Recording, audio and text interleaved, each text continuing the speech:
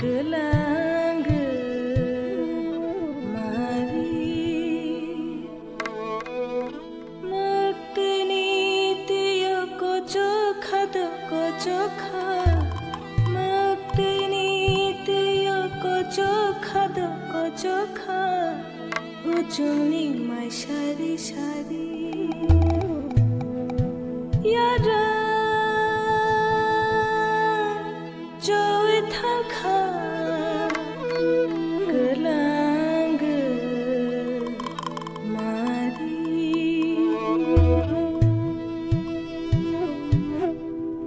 khunjukai khna dit maka mumbo kabai kele thakha mukho khuta waing bodok sajoi ba shafi kongo bawe bo mahimo lamakta chachu balang ba haloni are yara joy thangkha gelang mari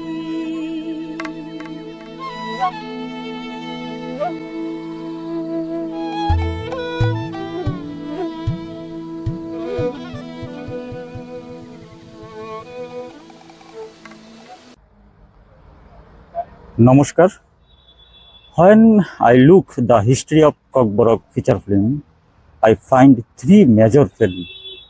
According to timetable, number 1 Longtorai, number 2 Mathia, and number 3 Yarung. Here in Don Bosco Center, Nandannagar, Agartala, I have come to meet with Mr. Joseph Pulinthanath. Namaskar. Namaskar. So my first question, when I saw your film in theater, that means the Yarung in 2008. So beginning of the film on screen test, उसमें there is something on screen test. Thanks to San Antonio de Padua. Right. So please tell about that. Yeah, it's very interesting that you noticed that, and a very interesting question. In fact, I think it's the first time I'm talking about this. The very first frame of the film, which was thanks to San Antonio de Padua. No? Actually, it's San Antonio de Padua is the Italian version of Saint Anthony of Padua. Padua is a place in Italy. Saint Anthony of Padua. Saint Anthony is a very popular saint in the Catholic Church, a saint who is known for, granting favors, helping. So it was our way of asking help from God through this Saint Anthony, for this venture, and everyone connected with this venture. That's all. There's nothing more than that. And next question from you. Okay, would you please tell us something about your childhood days? Growing up and then I had a very ordinary childhood. I was born in Kerala, way back in a place called Kottayam. And I did my normal studies in the village school up to class 7, after which I shifted to a Don Bosco school and a hostel away from home, but in Kerala, where I did my high school, class 8, 9 and 10. And that's when also I switched on over to English medium. And after completing the Madhyamik, the class 10, of course, that used to be known as the SSLC, Secondary School Leaving Certificate. Then I came up to Northeast, and that was in the year 1980. Since 1980, I have been here in the Northeast, in different places in Northeast, undergoing formation, continuing my studies, and also doing some work in Tripura. That's about it. You've done your masters also, no? I've done my masters. Where have you done your masters? I've done masters in 2 subjects. One is English literature. I did it in Nehu. And then I did masters in theology. I did it in Shillong, but the university was from Rome, affiliated to that, but the classes were held in Shillong, in Molai. I was Yeah, what prompted you to join this Catholic church? Yeah, no. Yeah, that was a desire, a childhood desire of mine. I was attracted to this way of life, which we call religious life, whereby one dedicates his life to service. And it happened that I got to know the Don Bosco Society. And then I thought what Don Bosco Society was engaged in, the work they were doing was quite interesting, and I became a candidate, and they accepted me, and that's how I became. Of course, we in our faith, we believe that we don't opt to become a Don Bosco or a Holy Cross or a priest. It is not a choice we make, but it is a call that God gives, and we respond to that call. So it is not as if I wanted to become something and I became. No, rather it is like we responding to a call which God first gives. That is how we look at it. How do you came to this cinema making? That means producing cinema. Yeah. First of all, sir, I would like to right at the outset say I'm not a filmmaker, a professional filmmaker. That is not my profession. I have faced this question any number of times in some of the festivals I've been to, and I always make it a point to say that I don't consider myself a filmmaker or a film director as I am a Catholic priest, a Don Bosco priest, who finds cinema interesting, who finds cinema powerful, and therefore I also engage in it because I have seen the power of the visual image, the moving image, the film, and I also, in the course of my studies, had an opportunity to study the medium at a little depth. And in addition to that, I have always been interested in movies, in films. And whenever I got an opportunity to see them, I used to see them also, good movies. And I was fortunate to have seen some of the good movies and even studied some of the good movies of some of the masters and all that. All these things together created an interest in me in films. And that's how I got the interest. And I've been also, in a way, fortunate to go to some of the best places and attend some of the very good courses available to further your knowledge of the medium in Pune and all that. So you did your some course from Pune? I did 2 courses. Not the regular 4-year course which the institute there offers, but they have a very good course called the FA, Film Appreciation. It used to happen, I think, in the month of May every year. And it's a highly sought after course. It's a highly sought after course because people from outside India also come to attend that 1-month course, during which you get to see, not only just see, discuss, study, just about everything that's important in this field, starting world cinema. And I was fortunate because I happened to know a professor, one of the founding fathers of the Pune Film Institute, Professor Satish Bahadur, God rest his soul, is no more. I had done another course under him in Delhi, and Professor Satish Bahadur was on the faculty, and we had very extensive discussions because he was a specialist on Pothe Pachali and Satyajit Ray and all that. So I got an opportunity to study Pothe Pachali like a textbooks, going line by line, analyzing it under him.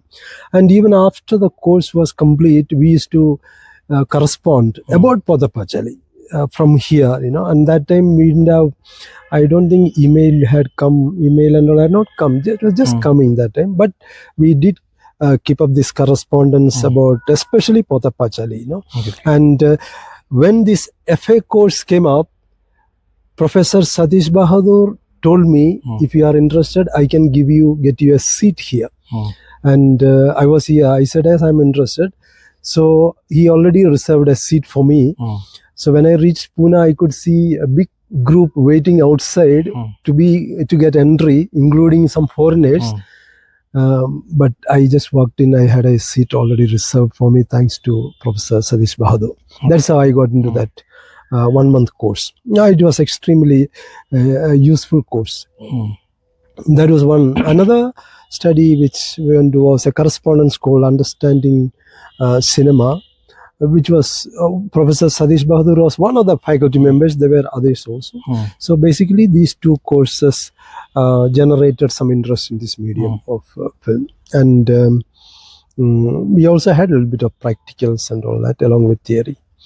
Of course, it is held in Pune, so they have the access to the archives, National Film Archives, NFAI is there.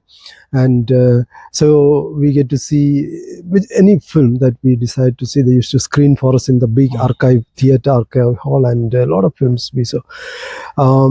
What I consider important and nice about that course is we get to see movies which are generally not screened and not available. Maybe today they are available in the YouTube or so, but at that time there was no possibility for us to see movies like Bicycle Thieves or even if we wanted to. But that course made it all possible. European films, even Hollywood films, Indian films, classics. 1 month of really feasting on films we had, which was that's something which I was lucky to participate in. Okay, so any film director who actually produced many films and then very renowned film director like Satyajit Ray or Ritik Ghatak. Yes. Was there any influence on? Oh yes, influence. If I say influence on me, I have to say it's not only the films. A huge chunk of influence on me, I think, came from literature. Okay. So it was I would say it's a combination of literature, novels particularly, especially novels, because I am basically a student of literature and particularly novels, and that and the films, few films I saw, essentially both are about stories, novels. Story one says the story using words, the other uses visuals, pictures. So it's both these. And if I were to pinpoint one or two influences on me in films, I would definitely put Bicycle Thieves. Okay. Victoria Jessica's Bicycle Thieves, which I saw also about a month ago, because we see it again and again, and I know that even Satyajit Ray was influenced by Bicycle Thieves. We know that. No, he was very much the realism. It was. Satyajit Ray also speaks about it, I think, in that book, Our Films, Their Films, where he says, that it has had a profound impact on him, because he was working at, I think, Pothar Pachali at that time, when he went to London and saw Bicycle Thieves. Yeah, that is one film. I also make it a point to screen for others. Why I enjoyed this and Pothar Pachali. It is because I had an opportunity to study these films line by line, scene by scene, analyze it like we would do a text.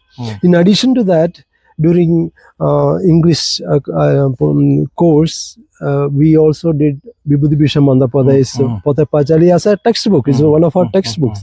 So, both these, the novel on the one hand and the film on the other hand, both, it is really an influence. The story of Appu and Durga and Harihar Ray and Sarbojaya and everything that happens to them. And then also the trilogy. Trilogy, though I have not studied much the second word is that Apur Sansar, Aparajito and the Apur Sansar, but Pothar Pachali, yes, I have. And even now, visuals, certain scenes, certain pictures are so much in my memory of both these films. Yeah, there are some striking, very striking pictures. And these things got into the films we made. Surely it did. actually did, because my memory is also, I don't know what it is called, but see, like this, I may see a film, I may read a book.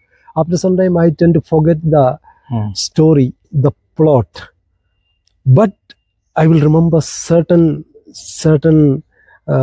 scenes, certain pictures, certain images. They remain with me. I might have forgotten the story of the film, the plot, but certain images remain with me forever. And I have so many images of the films which I have seen, not only of these two films I mentioned, even other films that have very much influenced also the films which we made.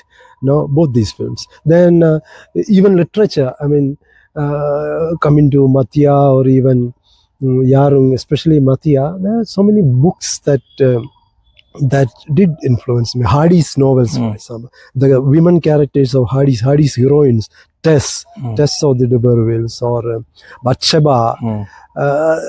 These people, Hardy, Victorian novelists in general, actually. Hardy, even Jane Austen's characters.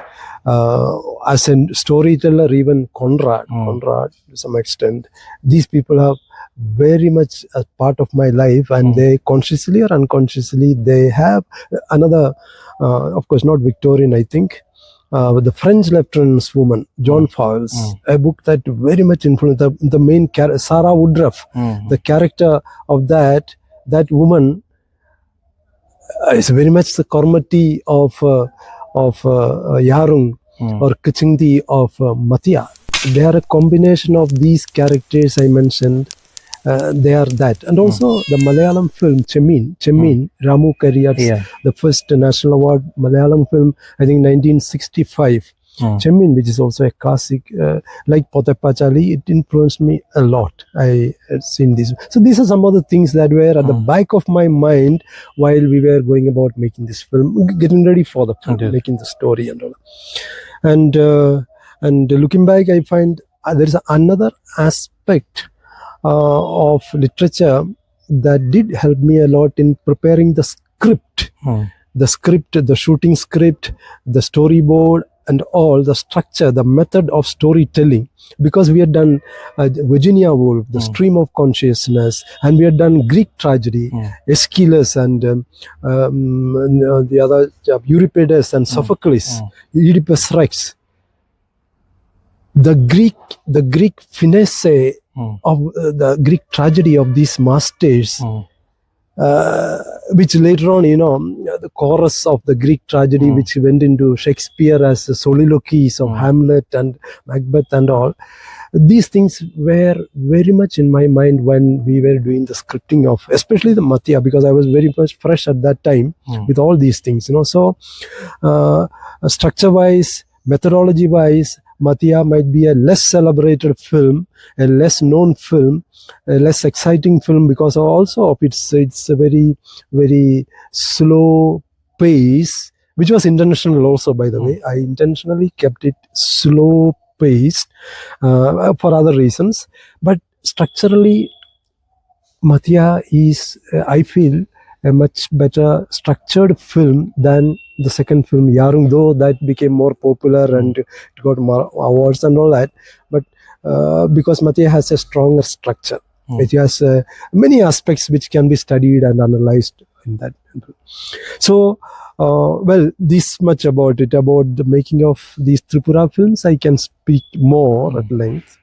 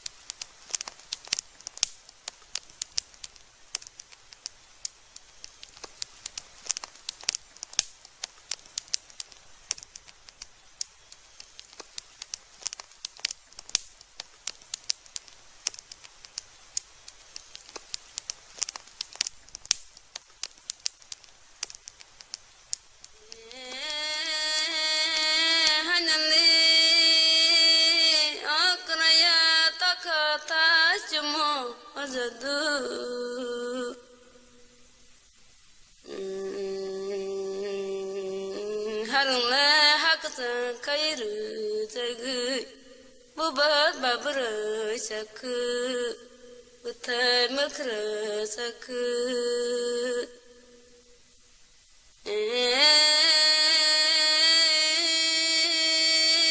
harunla dukala kayru kılıç bubat babra sakı kumu anjado kalibo kanja kumu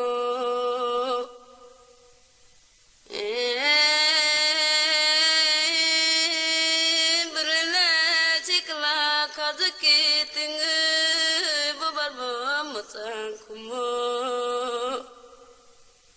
anjado hadula dukala kayru kulu Mutai bazari gala kumu, rairo tungpai kuma zada.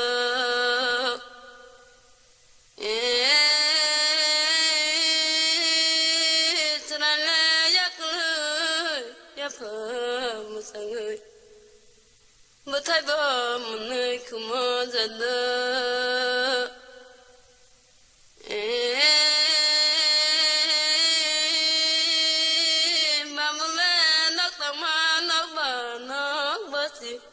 Tama barikum basi yang ber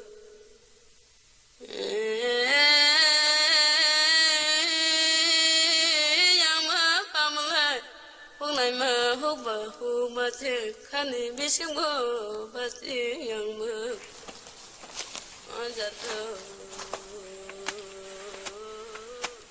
Then what is the storyline of Mathia? Mathia is about the storyline, the plot is about a woman who is considered as a sakal, a witch, daini. You know, I was only about 6 to 7 years in Tripura when we began work Mathia, and I had come to know that the custom, this superstitious practice of witch hunting was prevalent in Tripura at that time. And I was told, as per official records of the government, there were even 22 or 23 cases, officially registered cases that had happened in 2 years.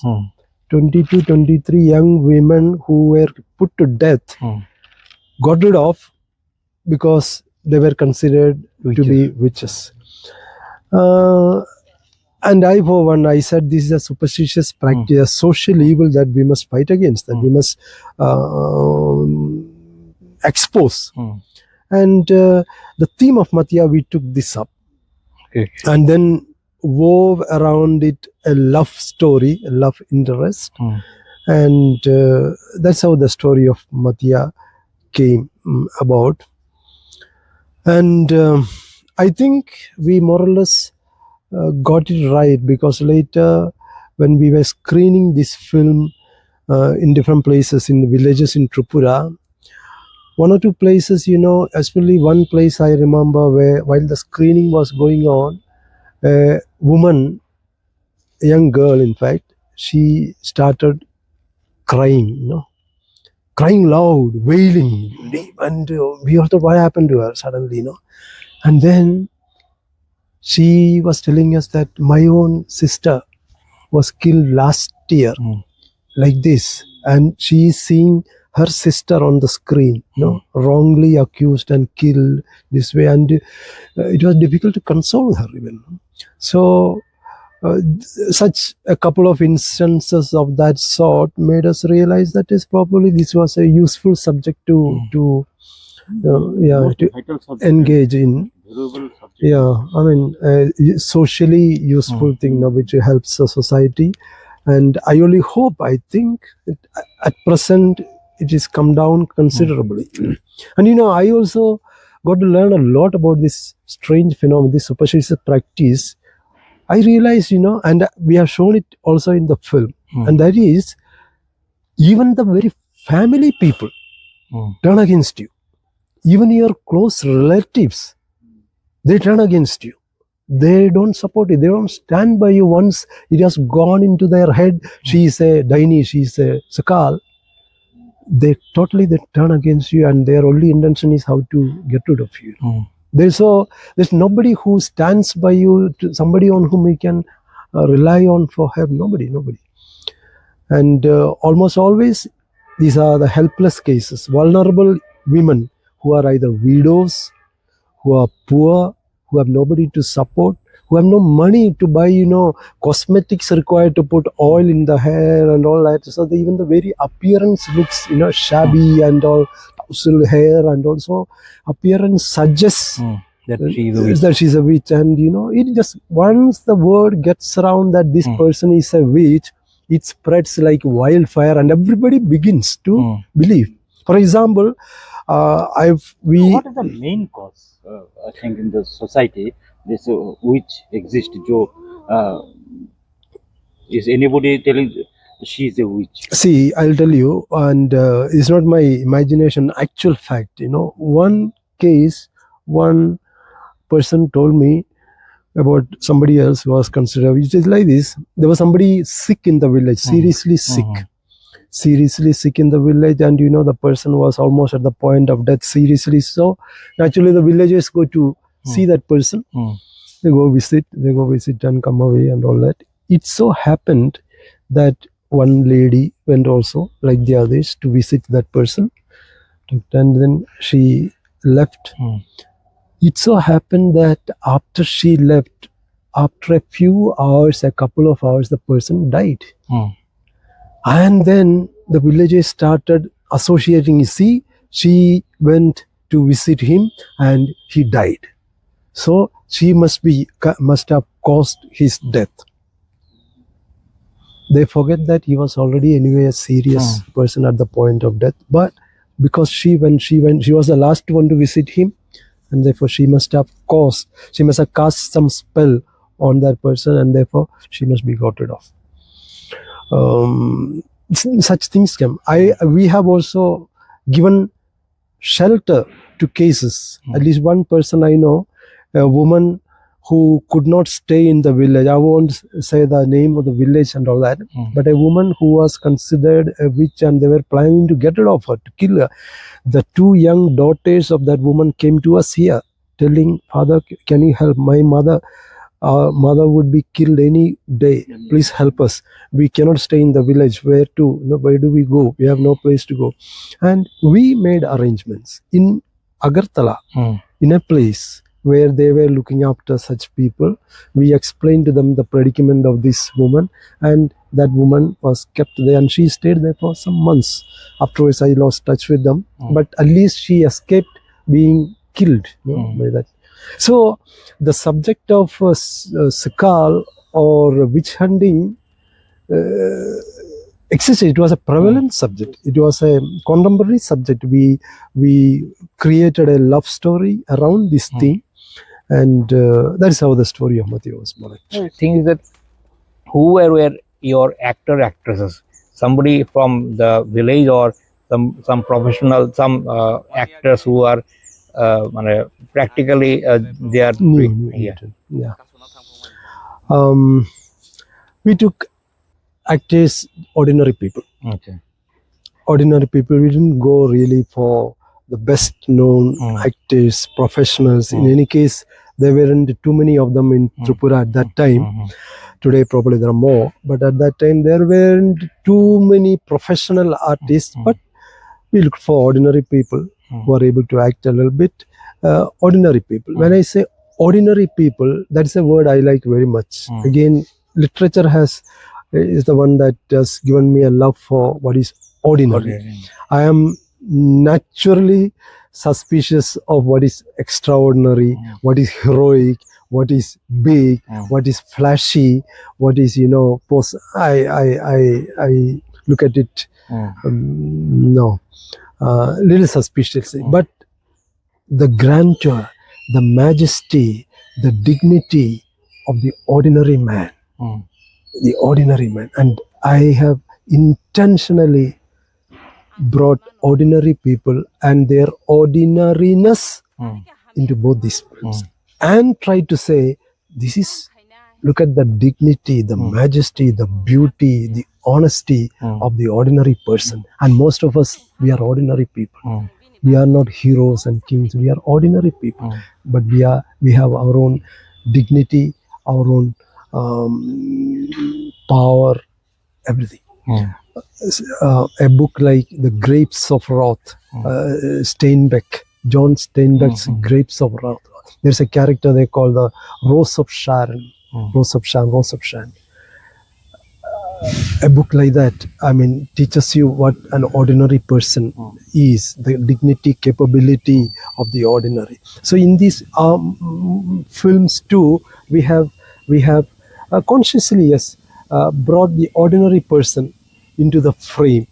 So all the artists were ordinary people, and looking back at it, something very interesting, because Mathiya came in the year 2002 actually, though it became the celluloid version was there in Goa for 2005, IFI, but actually the video version came in 2002.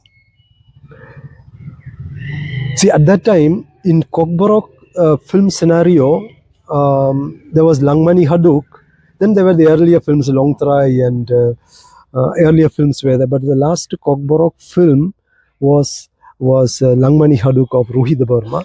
After that there was a gap with no films, no films, and then it was Mathiya that came at 2002.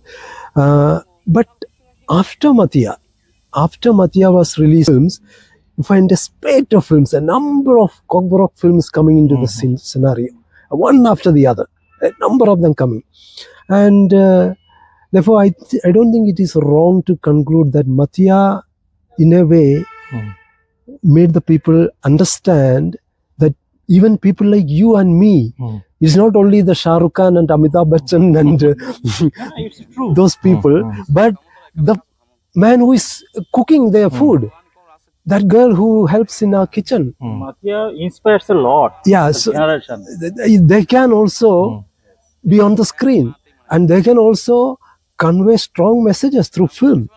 So it is borne out by the fact that many Kokborok films came, number of films, whatever their quality, all of them may not be of the same stature, quality, but a lot of people, ordinary people, took up to filmmaking in Kokborok language. And in that way, I also feel happy that, Mathiya has acted as a motivating film. Come on, this is something possible, something not only the Mumbai people or the Bollywood people can indulge in, but we also can try our hand at.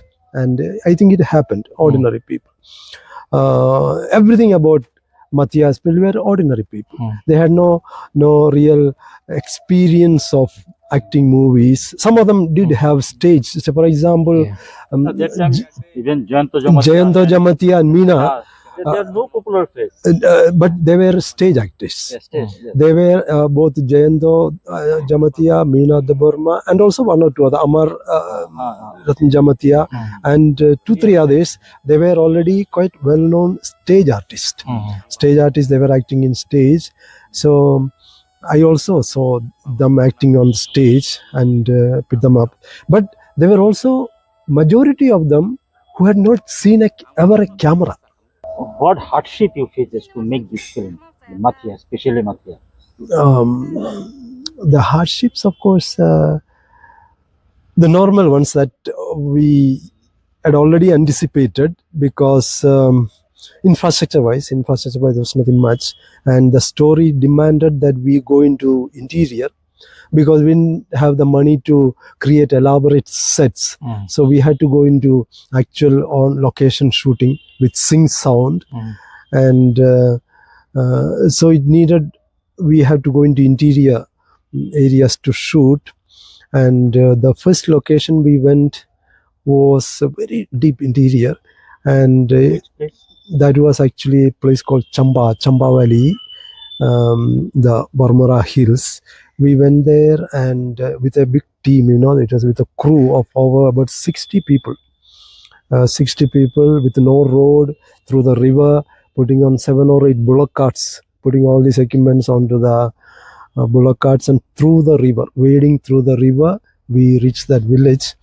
And I think there is no electricity. No, absolutely no electricity. There was no generator.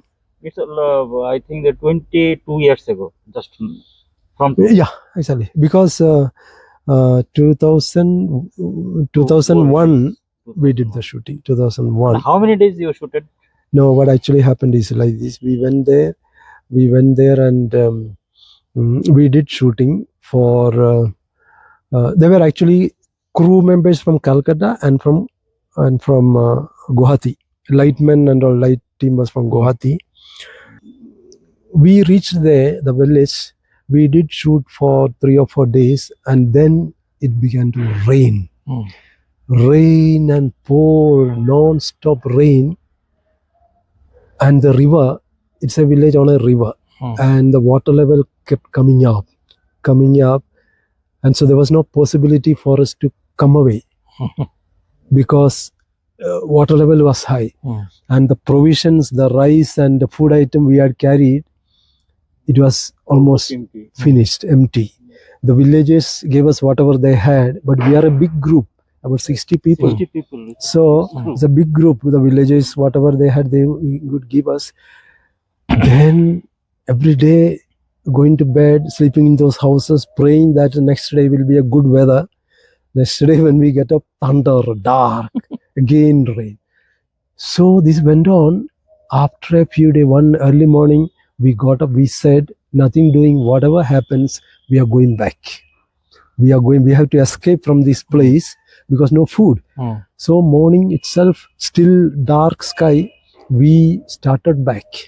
We started back through the river, neck deep water, and the bullocks going through the river, walking, and we reached Chambaknagar at midnight. Midnight that day, we reached, walking through the river.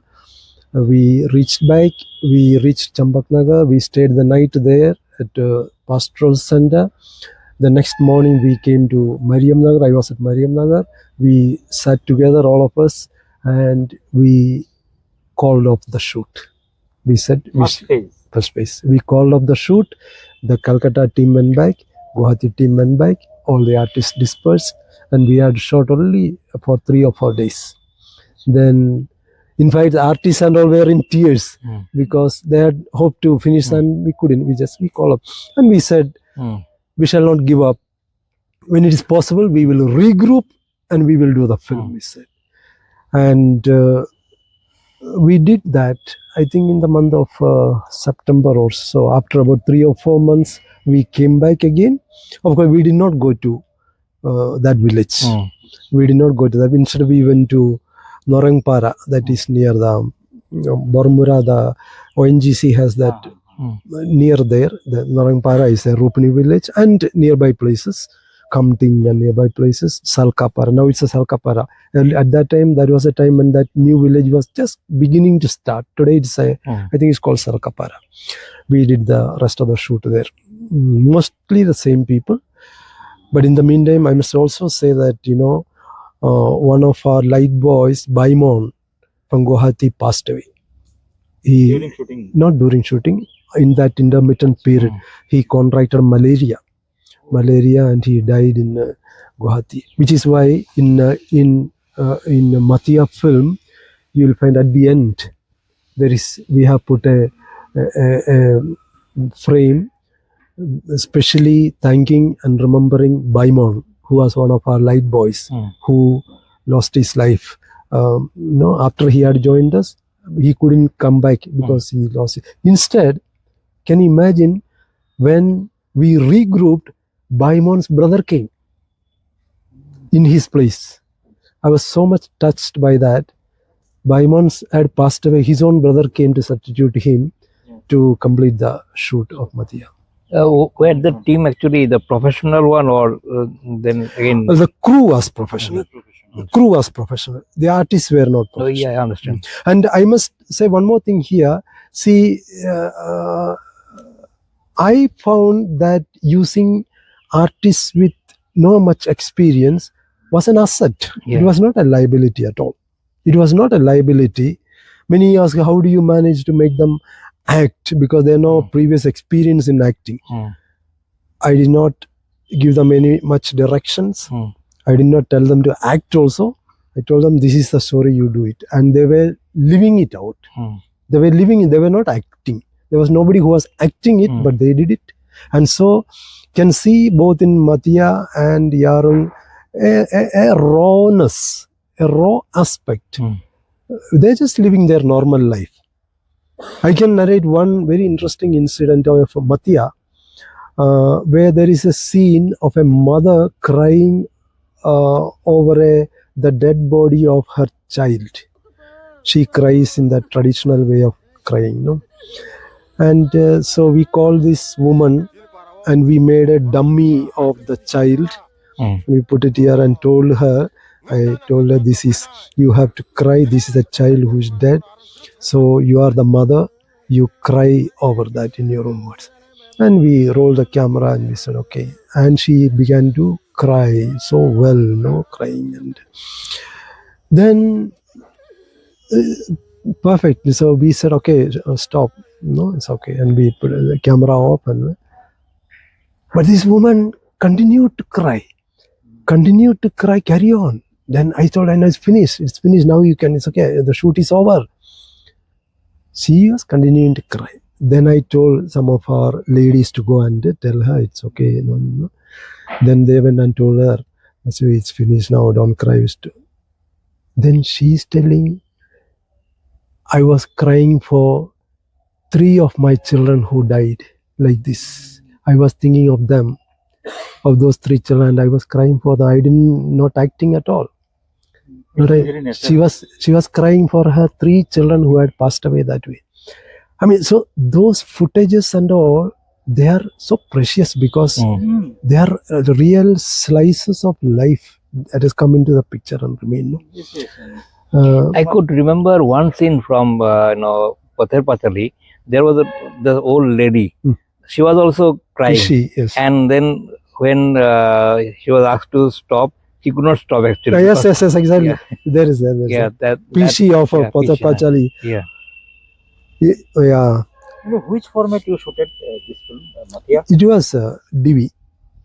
Mini DV? Mathiya was shot in mini DV.